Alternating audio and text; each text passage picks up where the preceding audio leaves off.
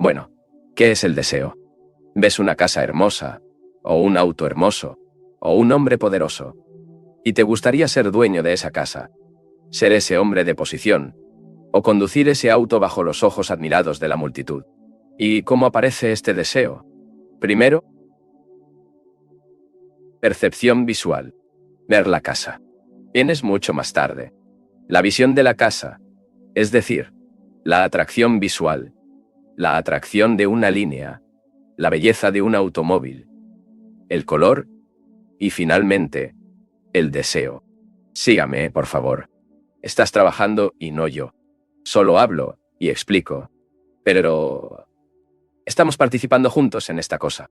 No escuche al orador simplemente, por lo tanto, está observando el movimiento de su propio pensamiento en forma de deseo.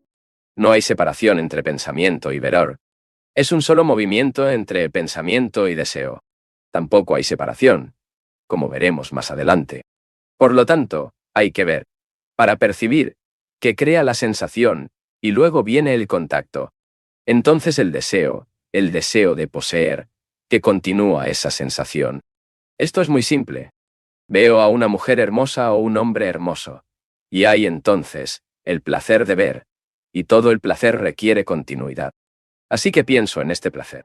Y cuanto más pienso en él, más favorezco su continuidad. Y una vez que se establece la continuidad, me entra. Quiero, no quiero. Esto es lo que todos hacemos todo el día, despierto o durmiendo. Estamos viendo, por lo tanto, cómo nace el deseo. Percepción, contacto, sensación. Entonces la sensación continúa.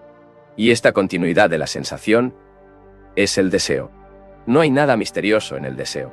Pero el deseo se vuelve muy complicado cuando se presenta una contradicción. No en el deseo en sí, sino en el objeto a través del cual busca llenar. ¿No lo es? Quiero ser un hombre muy rico, es decir, mi deseo dice que debo ser muy rico, porque veo a muchas personas con propiedades, autos, etc.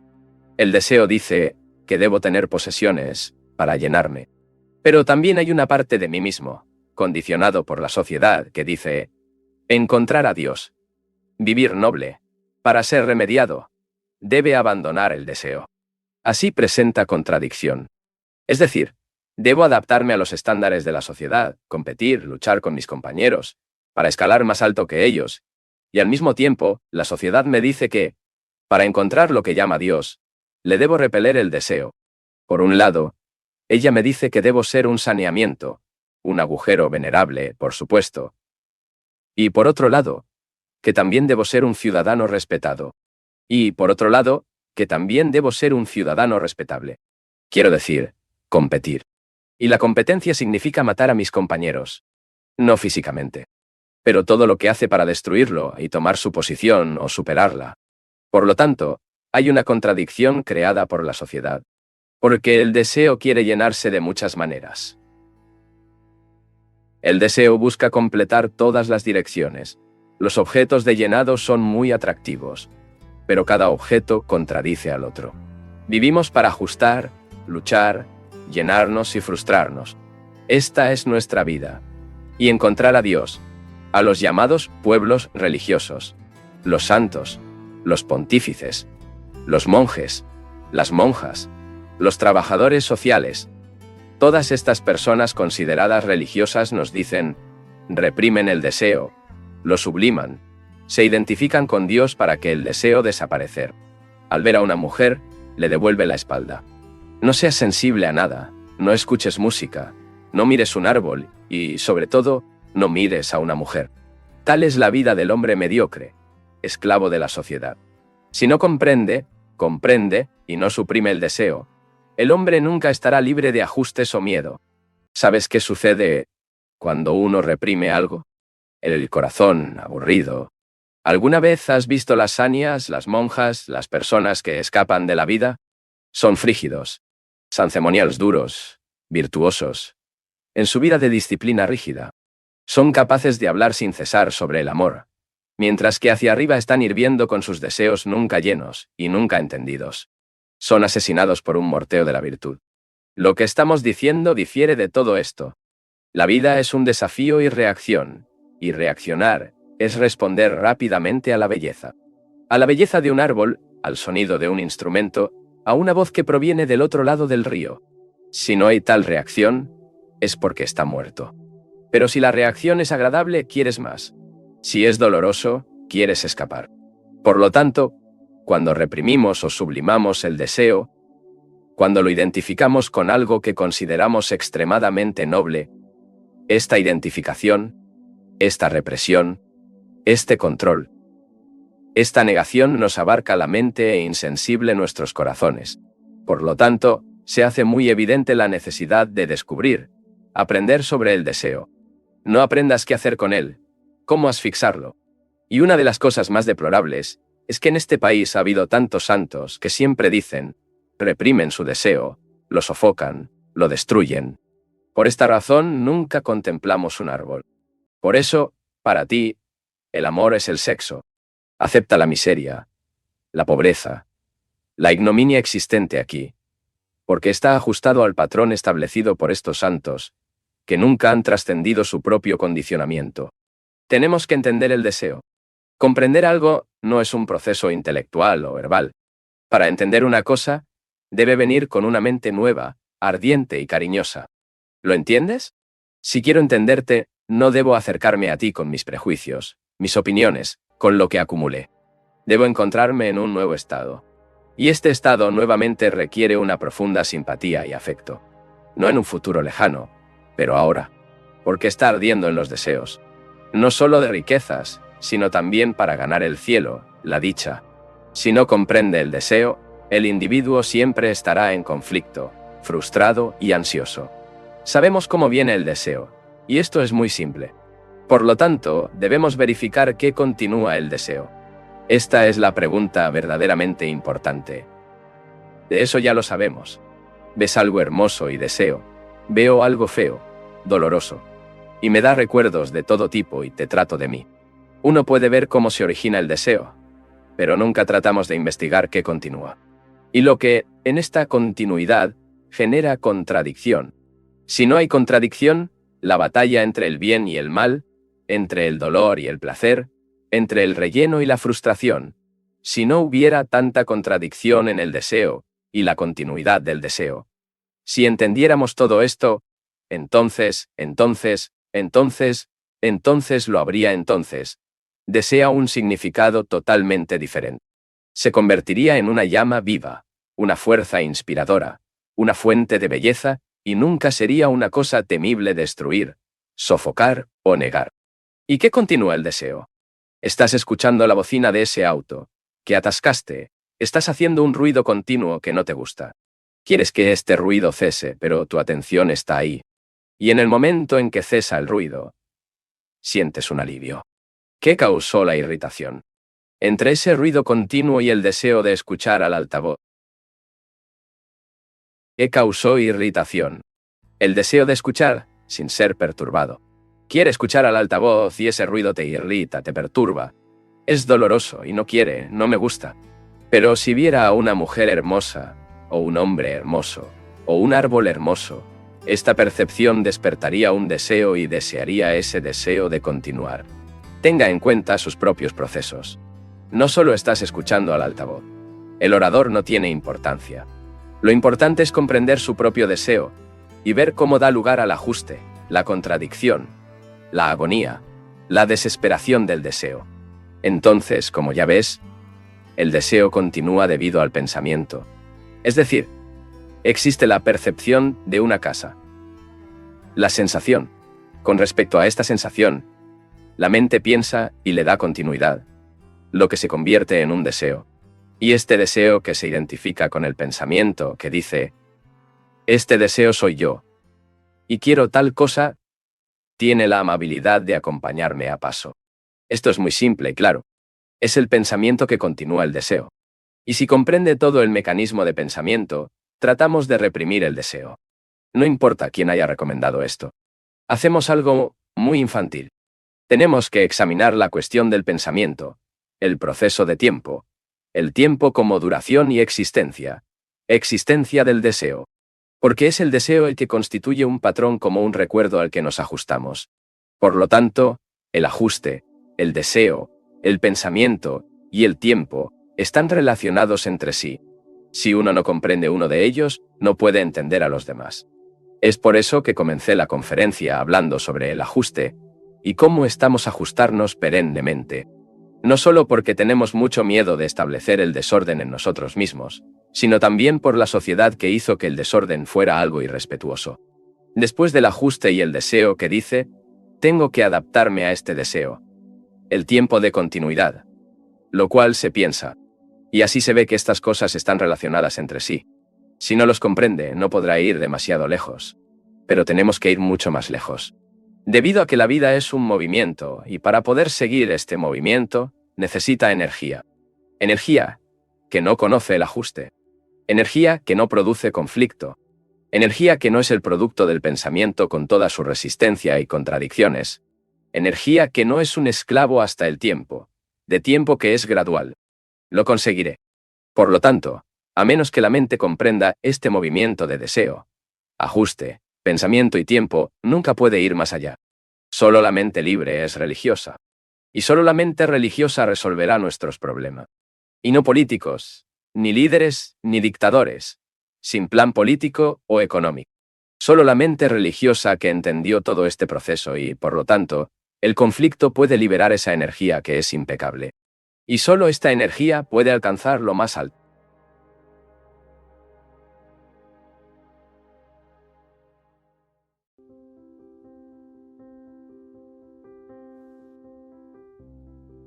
Continuamos con un tema con el que estábamos lidiando en la última reunión. Dijimos entonces que si los seres humanos no entendemos el problema del deseo, no habrá orden en la sociedad. Por orden, entendemos la cooperación. Sin cooperación, solo puede haber ajuste. Y este ajuste conduce a varias formas de revuelta, que no es una revolución. Y sin comprender este complejo problema de deseo, no habrá libertad para el hombre. Y si no hay libertad en todos los niveles de nuestra existencia, la vida se convertirá en una serie de problemas irremediables e insolubles. Para comprender el problema del deseo, también debemos comprender otro problema complejo, es decir, el problema del amor. Porque, como lo marcamos anteriormente, sin amor no puede haber cooperación. Y la sociedad, en la que no existe cooperación, necesariamente desintegrado. La cooperación es una de las cosas más difíciles. No solo es difícil entenderlo verbalmente, sino también vivir realmente en un estado de cooperación. Es cierto que cooperamos con autoridad, con ideas, con la persona que domina a través de sus ideas. Dicha cooperación se basa en la autoridad. Y donde hay autoridad, no hay libertad. Para cooperar, sin basarse en alguna razón personal, sin ser necesarios imperativamente, o apuntar a las ventajas de la vida, el individuo debe comprender la cuestión del amor y el deseo. En la última reunión, estábamos investigando las fuentes de deseo, cómo se produce, es decir, por percepción, sensación, contacto y continuar esta sensación, que puede ser de dolor o placer, a través del pensamiento. Los que estuvieron presentes en esa reunión, ahora pueden ir más allá. No repetiré todo lo que estaba diciendo porque necesitamos seguir adelante. Nosotros mismos podemos ver cómo aparece el deseo. La sociedad, con los santos, sus sanciones religiosas, requiere que el ser humano reprima sus deseos, trate de controlarlos o evítelos a través de varias rutas de escape. Pero cuando sin comprender el deseo, solo mera disciplina, no hay eficiencia, orden y cooperación. Esta tarde investigaremos las características del deseo y sus contradicciones. También lidiaremos con la disciplina y la cuestión del amor. También dijimos en la última reunión que examinaríamos el mecanismo de pensamiento y tiempo, porque todo esto está relacionado. Deseo, amor, pensamiento y tiempo. Si no los entendemos, no podemos devastar todo el campo de pensamiento, tiempo, amor y deseo. La comprensión no significa simplemente acordar intelectual o verbalmente. La comprensión es la percepción y el conocimiento de las palabras, punto de su significado, no solo intelectualmente, sino también con sensibilidad, no solo con la mente, sino aún con los nervios, la vista y el olor. Solo hay comprensión en la percepción total de nuestro ser. La comprensión no es parcial, fragmentaria. Intelectualmente entiendo lo que estás diciendo. Aquí hay una afirmación sin una gran importancia que se expresa, así que solo entiendo las palabras que estoy empleando. Como tú y yo hablamos inglés, entendemos el significado de estas palabras, sí. Pero la comprensión es más profunda y más real que la mera comprensión de las palabras. Cuando entiendo, esto significa una comprensión total. Y por lo tanto, acción. Entender es actuar. No es comprensión, actuar más tarde. En este caso, la comprensión sigue siendo una idea, y por lo tanto, no comprende. La idea está separada de la acción. Es por eso que existe el problema de ajustar la acción a la idea, o acercarse a la idea. Siempre habrá contradicción. Hasta que se entiendan estas 70 de palabras para crear ideas que aceptamos o rechazar, y que, cuando las aceptamos, queremos ajustar o acercar nuestra acción. Tales procesos no constituyen absolutamente un estado de comprensión. La comprensión es un estado total. Es comprender con todo nuestro ser, nervioso, emocional e intelectualmente, con sentimientos, con todo lo que tenemos. Cuando existe este entendimiento, hay acción. La vida es acción. No son dos cosas separadas. La vida no es una idea que estaba en acción. Así como no podemos tener el amor como idea. El amor no puede ser cultivado. No se puede desarrollar o producir. O hay amor, o no. Idénticamente, o hay comprensión, o no. Para entender una cosa, tenemos que escucharlo, y escuchar es un arte. Escuchar. No solo a lo que dice el orador, sino también a esos cuervos. Occidente, las nubes, la brisa que sacude las hojas, los diversos colores que se observan aquí. Es completamente comprensivo. Con el sistema nervioso, con células cerebrales, con todo lo que tenemos. Solo a partir de esta comprensión total viene la acción que no produce contradicción, y, por lo tanto, conflictos y sufrimiento y angustia interminables. Y es en este sentido que estamos empleando la palabra comprensión. Ahora estamos tratando de entender el deseo. Queremos aprender su significado y no reprimirlo, rechazarlo o sublimarlo. Para entender una cosa, tenemos que prestarle atención, aprender sobre usted, investigarlo, explorarlo, penetrarlo. Esto no significa que tengamos que ceder ante el deseo, y ni que tengamos que reflejarlo. Dijimos el otro día que el deseo es inherente al hombre. Existe en cada uno de nosotros y tiene que existir, porque es parte de la vida. Ya hemos mostrado cómo aparece el deseo. Y en todo el mundo, a los individuos, especialmente a aquellos interesados, algo absolutamente imposible. Solo puedes ser deseado cuando estás muerto. Pero la comprensión del deseo requiere mucha atención, paciencia e investigación. El deseo significa un apetito insatisfecho, ¿no? Te pido que te digas que no solo estás escuchando una conferencia. Está participando, y participando. Usted es tan activo con el hablante y no solo escucha algunas palabras, algunas ideas, algunas oraciones para estar de acuerdo o en desacuerdo. Y luego va desde aquí. Estamos participando en la investigación del deseo. Esta investigación requiere que seas libre. Y no significa estar de acuerdo o en desacuerdo. No se puede decir que dijeron a los grandes santos que debemos reprimir el deseo, controlarlo, negarlo, encontrar medios y formas de sublimarlo. De esta manera no es posible ninguna investigación. Nada se aprende y no lo descubre.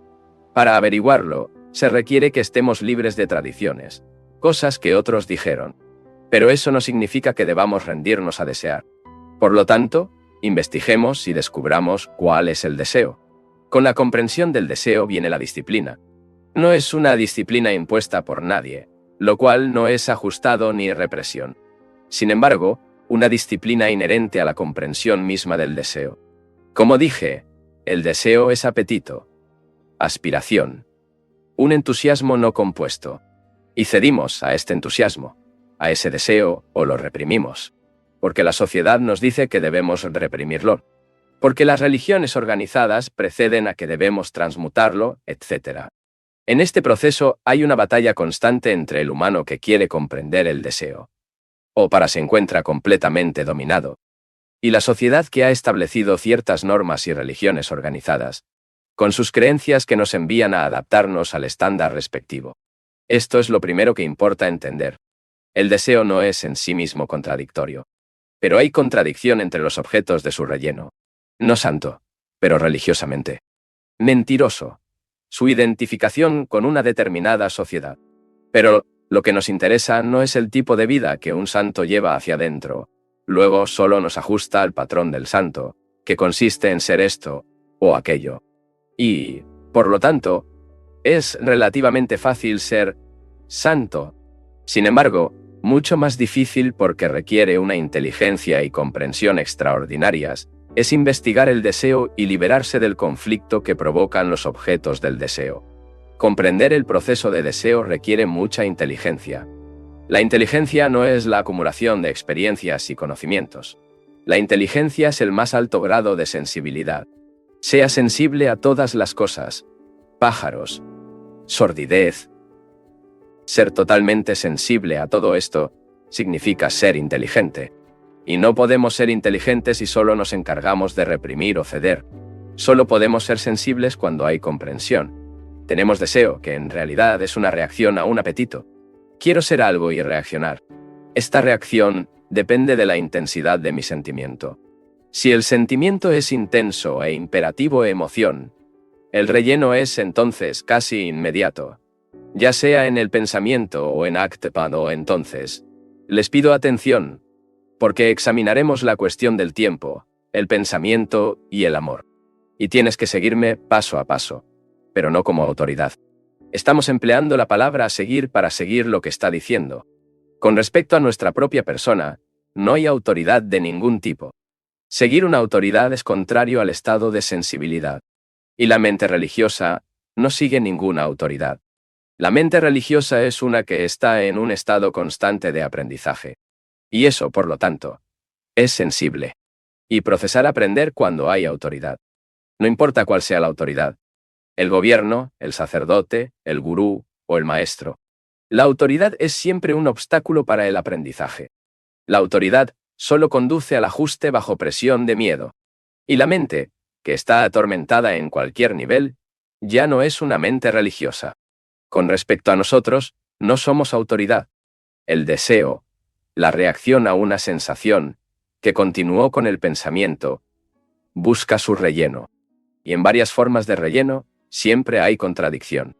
De esta contradicción viene el conflicto. Y donde hay conflicto, hay esfuerzo.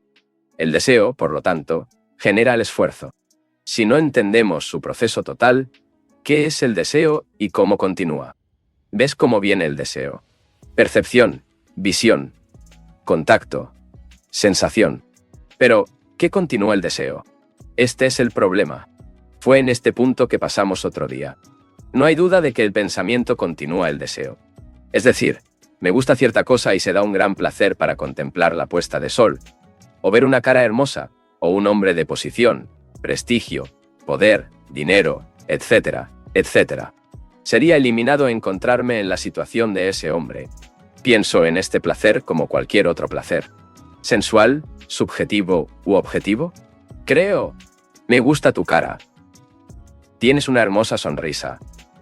Y cuanto más pienso, más fuerza doy a mi deseo, que busca llenar a su persona o una cierta idea u objeto. Por lo tanto, el pensamiento continúa el deseo. Si no hubiera continuidad de deseo, no habría búsqueda de relleno. El deseo aparecería y desaparecería nuevamente. Tiende a aparecer como una reacción, ya que debemos tener reacciones. Si no los tenemos, somos asesinados como seres humanos. El deseo, por lo tanto, vendría como una reacción, y esta reacción no se le daría continuidad por el pensamiento. Observe este hecho en tu vida. Tienes un placer sexual o trivial y piensas en ello. Crea en tu mente imágenes, símbolos y palabras. Y cuanto más piensas en este placer, más intenso se vuelve. Y esta intensidad requiere relleno. Pero en este relleno hay una contradicción, ya que también quieres llenarse de otras maneras. Por lo tanto, donde hay llenado del deseo, hay contradicción. Por lo tanto, para escapar de la contradicción, el dolor causado por el conflicto, dice que es necesario reprimir el deseo. Pero no es importante reprimir el deseo, darle forma y sublimarlo, sino entenderlo. Comprenda lo que le da sustancia, intensidad y urgencia de relleno. Entendido esto, tiene el deseo que significa completamente diferente. Nota. Cuando tengas un placer, piensa en él. Al tener un dolor, también piensa. El pensamiento te da vitalidad, fuerza y continuidad. Por lo tanto, es necesario investigar la cuestión del pensamiento para comprender el deseo. ¿Y qué está pensando? Esta no es una pregunta académica. Te pregunto, ¿cuál es el pensamiento? Esta pregunta es un desafío y está esperando una respuesta, ¿no? Una respuesta de este orador. ¿Quieres que te diga qué es pensar? Si no lo dice, intenta averiguar la respuesta con la ayuda de su propio conocimiento o conocimiento dado por otros. O está disparando en la memoria para descubrir qué es pensar. Vemos, por lo tanto, que cuando se presenta un desafío, la memoria reacciona. Después de esto, porque si no pisa por paso, perderá la conexión con lo que se dirá. La vida es un desafío, una serie continua de desafíos. La vida es un movimiento. Siempre es variable, siempre fluye, y nunca sigue siendo lo mismo. Y esta es la belleza de vida. Es un ser vivo y no es un bocado. Por lo tanto, siempre es, cada minuto, que nos presenta un desafío, consciente o inconscientemente, ya sea que nos damos cuenta o no. Y cuando se presenta un desafío, reaccionamos de acuerdo con nuestro condicionamiento, con nuestra memoria. Nuestra memoria reacciona. En este proceso de desafío y reacción, la reacción es inmediata o ocurre después de un corto tiempo. Y en este intervalo, es el proceso de pensamiento. ¿Y qué está pensando? Probablemente la mayoría de ustedes nunca se han reflexionado a este respecto, y esperan que diga.